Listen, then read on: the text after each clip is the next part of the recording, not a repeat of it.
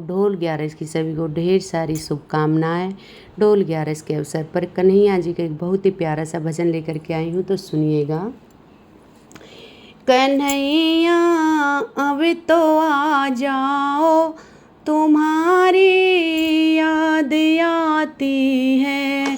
कन्हैया अब तो आ जाओ, तुम्हारी याद आती है। तुम्हारी याद आती है, हमें पले पल रुलाती है।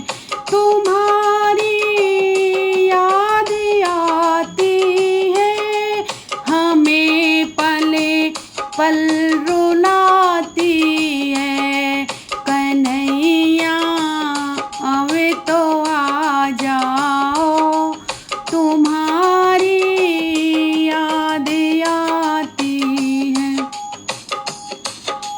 कभी मथुरा में रहते हो, कभी गोकुल में रहते हो।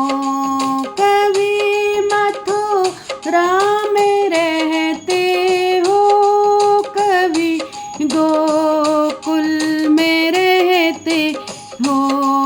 कभी हृदय में आ जाओ, तुम्हारी याद आती है।